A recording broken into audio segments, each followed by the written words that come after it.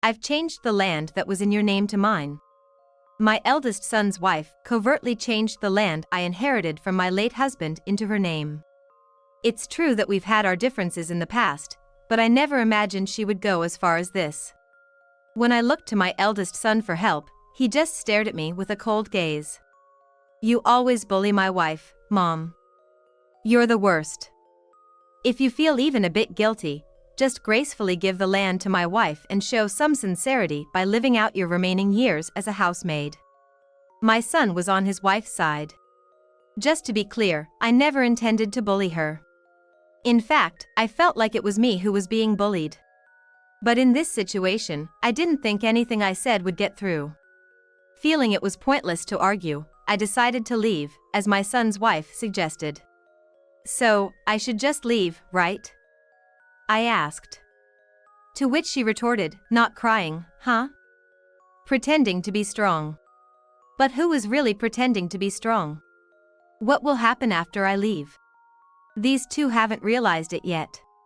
My husband and I are both in our late 50s.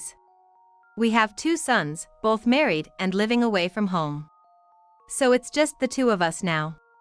We live in a rural area, exactly like what you'd picture.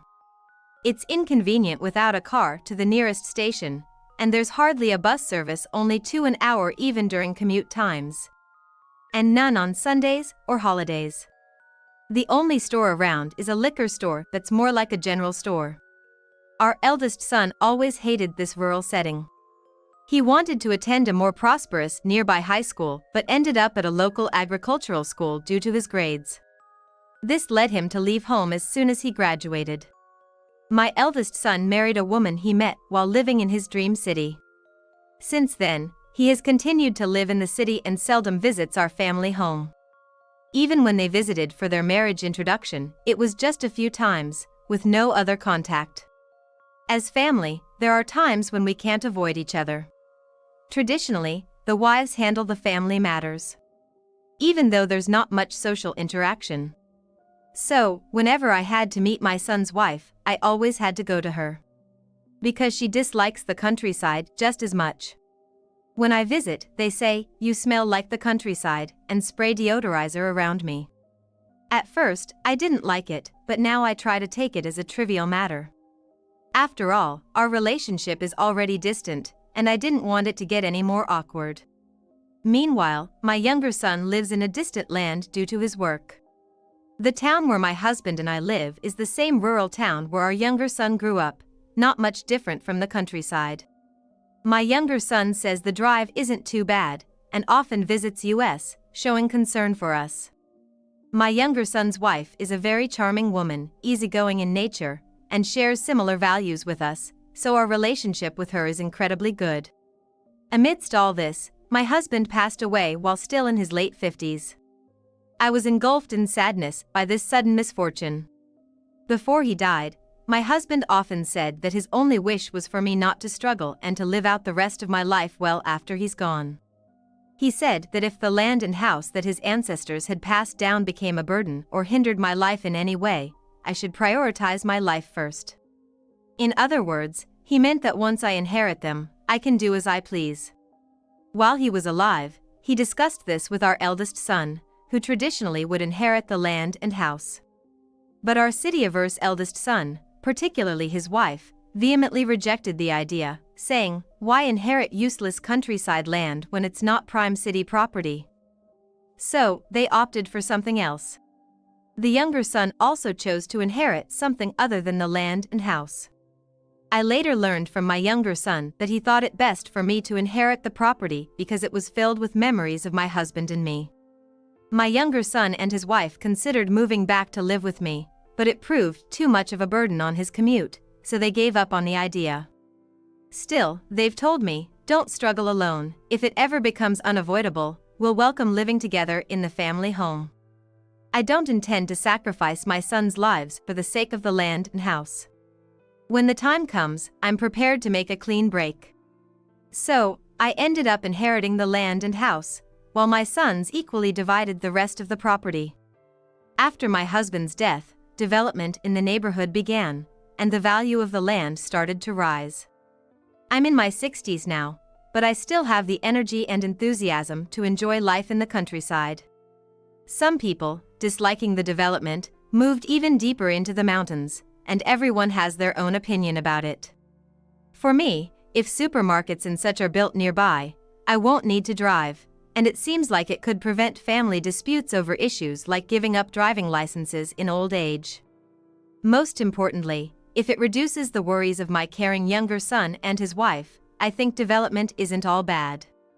Now, I'm honestly excited about the prospect of a more convenient life, but I never imagined that my peace would be disturbed by an unexpected move from my eldest son's wife. As development progressed and rumors started about more bus services to the nearest station and a new high-rise apartment nearby, I got a call from my long-estranged eldest son. He said something like, "My job in the city didn't work out, and I ended up quitting." Trying to make a fortune in the city was a fleeting dream for someone born and raised in the countryside. I bluntly asked him what he really wanted to say. Then, he said he wanted to move back and live in the family home. I asked, "So, you mean you want to live together?" And he seemed to agree, but his answer was somewhat evasive. Just about a month ago, we had a family gathering for my husband's 3rd memorial anniversary. During that time, my eldest son kept complaining about the countryside smell, just as usual. I wonder what changed his mind. In the middle of our conversation, my eldest son's wife suddenly interrupted. "You live in such a lovely place. If there's going to be land development and modernization, you should say so." Trees in the mountains have been cut down, improving the view. There have been rumors for quite a while about a large shopping mall coming to that area.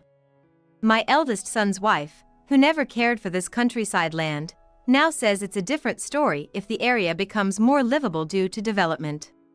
The land and house my husband left behind are in a great location. Besides the place where our house stands, I also inherited the mountain behind our house from my husband. Will there be land purchases for the development? Are you selling the mountain behind? It seems my eldest son and his wife regret not caring about the countryside land before. Now, unable to ask for the land, they are cozying up to me, probably hoping for a share of the money if I sell the mountain. Oh, no. How could I? It's not really about the money, but about my husband," she said, with quite a bit of acting in her tone. I listened to her with skepticism, feeling like I was enduring a poor speech. To summarize, it seems true that my eldest son lost his job and is now unemployed. Their savings are so low that even next month's rent is in jeopardy. When I asked, "What about the inheritance you and your younger brother split?" she said they'd rather not touch it if possible. Since my husband's 3rd memorial anniversary just ended, she wants to ponder a bit more about how to use the remaining money. But if they're struggling, I thought they should use it. I held back from saying that, as it might be taken as cold-hearted. Struggling to pay for gas and electricity after rent, my eldest son's wife tearfully appealed. "Please let us live with you." "So, you're going to live in the countryside? You, who always hated it and clung to city life, think you can manage here?" I asked my eldest son if he planned to find a job in the countryside. I also suggested it might be better for him to find work in the city. I couldn't imagine my eldest son, who left for the city as if running away, now accepting a rural life. He said, "It's a matter of survival. We might soon struggle even to eat, so I need help." Until the end, he didn't clearly say whether he would look for work in the city or the countryside. So, I set conditions. Living together would be temporary, just until he finds a new job. I also added that he must work, even if it's just a part-time job. With the land development here, there were plenty of short-term job opportunities. I thought he would be hired if he wasn't picky. I figured that taking care of them for about half a year would save up some money and allow my eldest son and his wife to restart. Marriage is about helping each other. Naturally, I expected my eldest son's wife to work outside, even if not every day, to contribute to their fresh start. However, when we actually started living together, my plans fell apart. True to his word, my eldest son spent his days job hunting. He looked for jobs during the day. and worked as a security guard at a construction site in the evening. At first, my eldest son's wife seemed cooperative, but as he started spending more time away for job hunting and work, she suddenly changed her attitude. Ugh, this is so annoying. I can't deal with this. Shopping with a pickup truck, it's just too much for me. Shopping had become a once-a-week affair, and a pickup truck was more practical for that purpose than a fancy city car. It was my eldest son's wife who had initially offered to do the shopping. But after going once, she refused to do it again, saying it was embarrassing to use a pickup truck. When my eldest son was around, she'd say things like, "The food I cook is delicious," or "I want to learn, please teach me." But when he wasn't there, she'd say the complete opposite. "I can't stand this country-style cooking. I want French cuisine," she'd start. She'd call traditional home cooking annoying and skip her turn to cook. One day, my eldest son's wife said she'd cook dinner, so believing her, I went to tend to the mountain behind our house. Regular maintenance is necessary to prevent the mountain from becoming overgrown. Especially important are things like seasonal changes and leaf removal. Since my husband passed, I've been hiring young people from the village to help. But I couldn't always leave it to others, so I occasionally checked on it myself. After a tiring afternoon, I returned home to find it dark and locked, unable to get in. I couldn't reach my eldest son's wife on her phone, and just as I was wondering what to do, my eldest son returned. As I was explaining the situation, my eldest son's wife arrived and I asked her why she'd locked the house and where she'd been. "How could you? I did exactly as you asked and went shopping, and now you forget," she retorted. She then explained to my son that I had demanded an unreasonable dish and threatened to kick her out if she couldn't make it tonight. I hadn't said any such thing, and didn't even know she'd left the house. But my son took her side without question. "Just because we're living together reluctantly, doesn't mean you can bully my wife. She's not used to country life. It's impossible to find ingredients for fancy cooking here." He accused me of intentionally making things difficult for his wife. My son and I had our differences and had argued before, but being unfairly scolded like this was a first. Even though he was my son, he felt like a stranger, which was sad. I didn't expect him to always take my side. But in a good marriage, husbands usually side with their wives. My late husband always sided with me, but always listened to both sides, which kept our relationship with my mother-in-law smooth. But this one-sided belief in his wife's words and yelling at me was something else. Suddenly, my son got angry and said, "Fine, you make that fancy dish yourself and eat as much as you want. I'm going out to eat with my wife," and he threw the house keys at me before leaving. When I entered the house, nothing had been done, it was just as I left it in the morning. I felt so frustrated and couldn't stop crying. But there was so much to do that I ended up doing the chores while crying. The other day, the owner of a diner where my eldest son had eaten out asked me, "Is everything okay with your eldest son and his wife living with you?" This diner is the only one in the area, and we used to go there as a family when the kids were little. It's run by a childhood friend of my husband's, and my eldest son knows his dad was fond of this place. It seems that my son and his wife were bad-mouthing me there. I got the impression that it's mostly the daughter-in-law feeding these negative thoughts to my son. I didn't go into details, just thanked the owner saying, "Thanks for letting me know." The owner said, "If you ever need anything, feel free to ask for help," and thankfully didn't pry too much. But he did seem sad, saying, "To think that the eldest son, who I thought of as my own, would just swallow his wife's words." Do people change that much when they move to the city? After this, I decided not to expect anything from my daughter-in-law.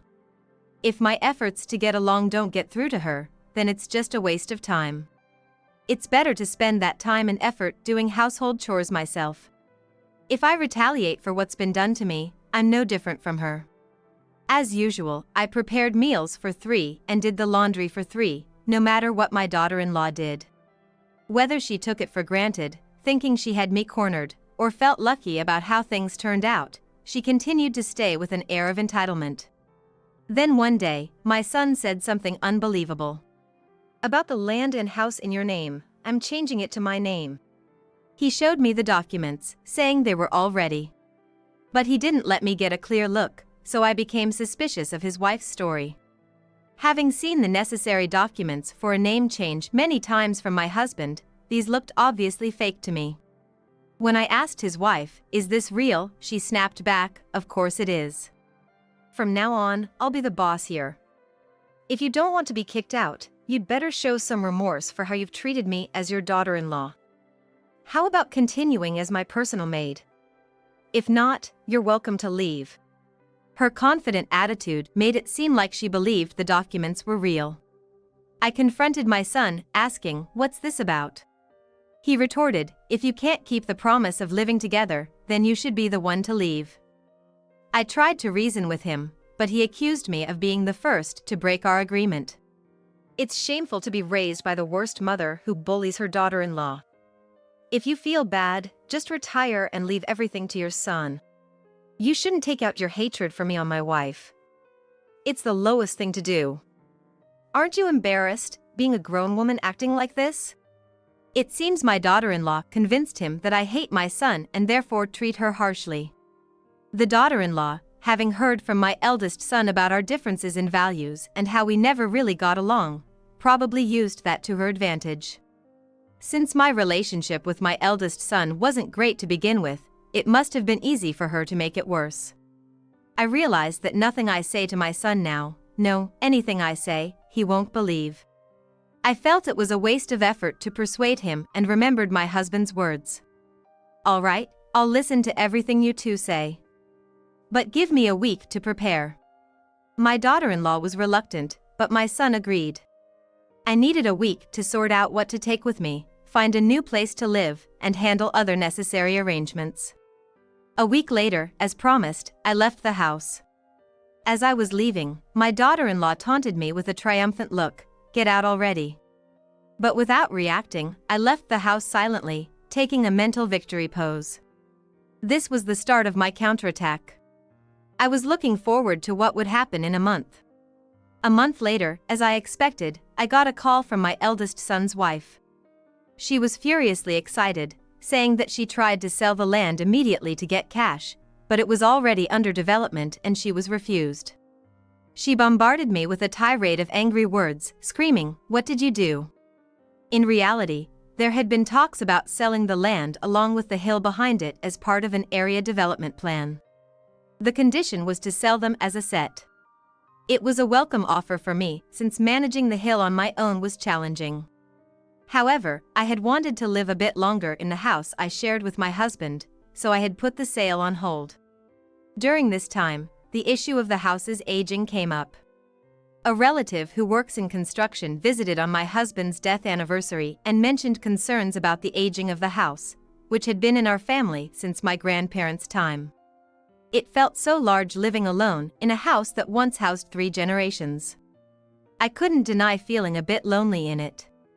I started to think that it might be good to sell it after my husband's 7th death anniversary. Even if I rebuilt it, my sons were unlikely to live there.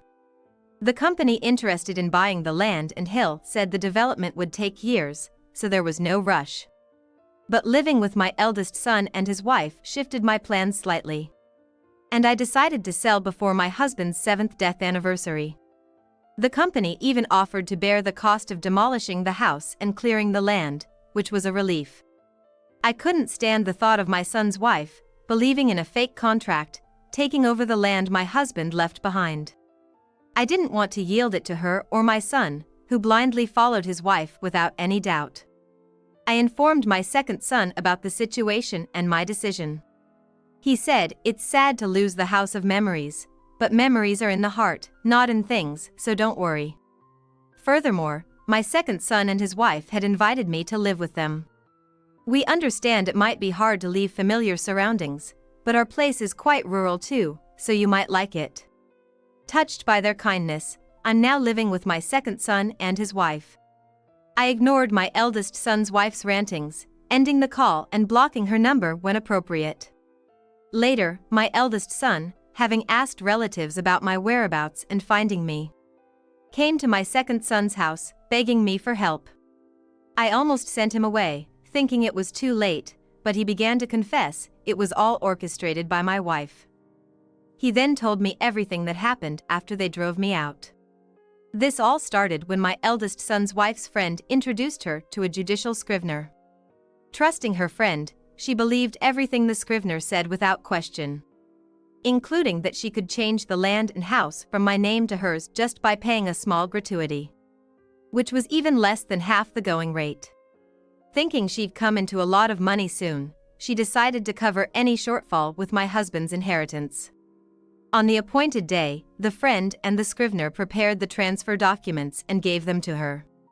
And she, without any doubt, believed them to be genuine and paid the gratuity. Once all the preparations were done, she explained everything to my eldest son when he returned from his part-time job. Tired as he was, he didn't think deeply and trusted her because she said so. If you think about it, it's absurd that the wife of a living son would become the owner of his family home. It'll be more convenient for your mother if it's in my name. As fellow housewives protecting the same home, we can have an open and honest discussion. Convinced by such seemingly reasonable words, he ended up agreeing. While my son was busy with job hunting and his part-time work, she meticulously planned to drive me out, brainwashing my son in my absence, and successfully made him do her bidding. However, when she triumphantly went to sell the newly acquired house and land, she was told it was impossible because it was already being developed. Panicking, she tried to contact her friend and the scrivener but couldn't reach them. Eventually, their phone was disconnected, and when she contacted the friend's parents, they said they had disowned the criminal and didn't know their whereabouts. That's when she found out her friend had been committing fraud repeatedly and had become a criminal. She later learned that several of her former classmates had fallen victim to this friend. The friend would introduce former classmates to fake lawyers, accountants, and judicial scriveners, taking commissions from them. When my son's wife mentioned the land, she was introduced to someone playing the role of a scrivener. Some victims had filed police reports, while others resigned themselves to considering it a costly lesson. But these people had homes to go back to, even after losing money. For my son and his wife, it was more than just losing money. They lost their home and the inheritance, so their immediate concern was not about filing a police report but how to deal with the situation. When I suggested they could rent an apartment since most of the inheritance should still be there, my son revealed that the cash card for the account where the extra money was deposited had been swapped. And all the money was withdrawn by the time they realized.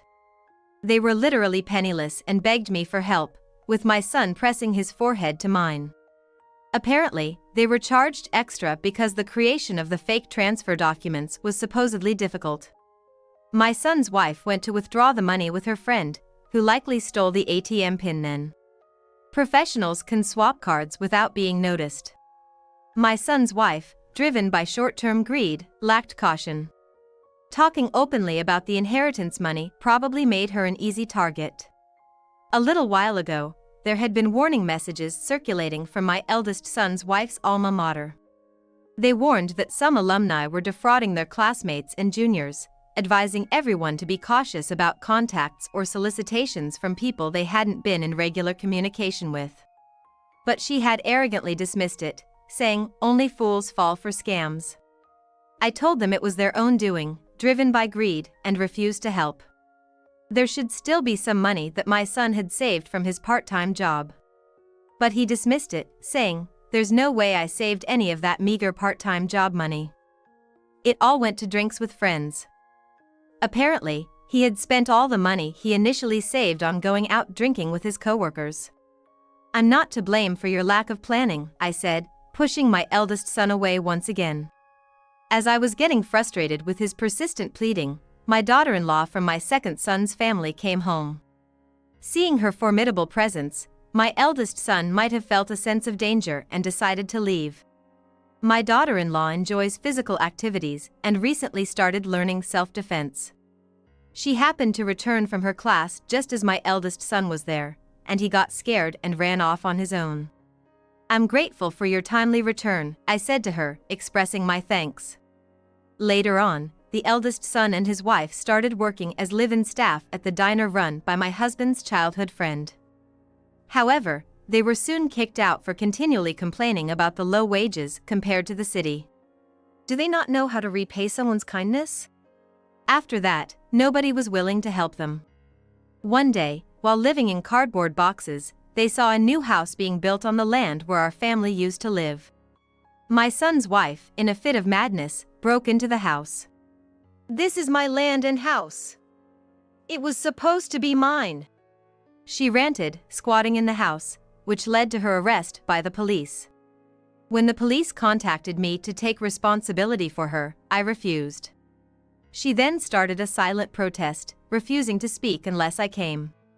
Even when the police asked for my help in persuading her, I refused. When they relayed that my son was asking for help, I said, "I have no obligation to help. Please, just put him behind bars." When arrested, my son's wife claimed she was deceived by fraud.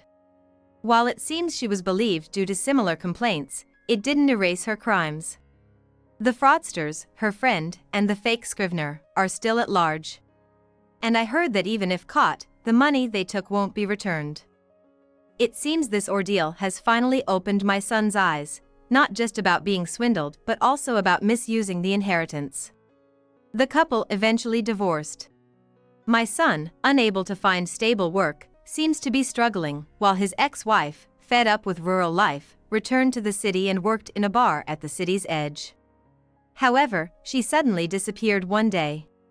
Apparently after accumulating significant debt. I've now officially started living with my second son and his family.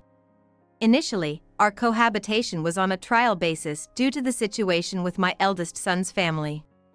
I didn't want to be a burden to my daughter-in-law. But living together turned out to be harmonious. We can speak our minds without tension, and my daughter-in-law, who is not overbearing, and I get along very well. We share similar tastes in food, exchange recipes, and enjoy our days together. Our relationship is so good that neighbors think we're actually mother and daughter. As my husband wished, I'm now enjoying the rest of my life with my second son's family. I visited my husband's grave, looking forward to sharing these stories with him.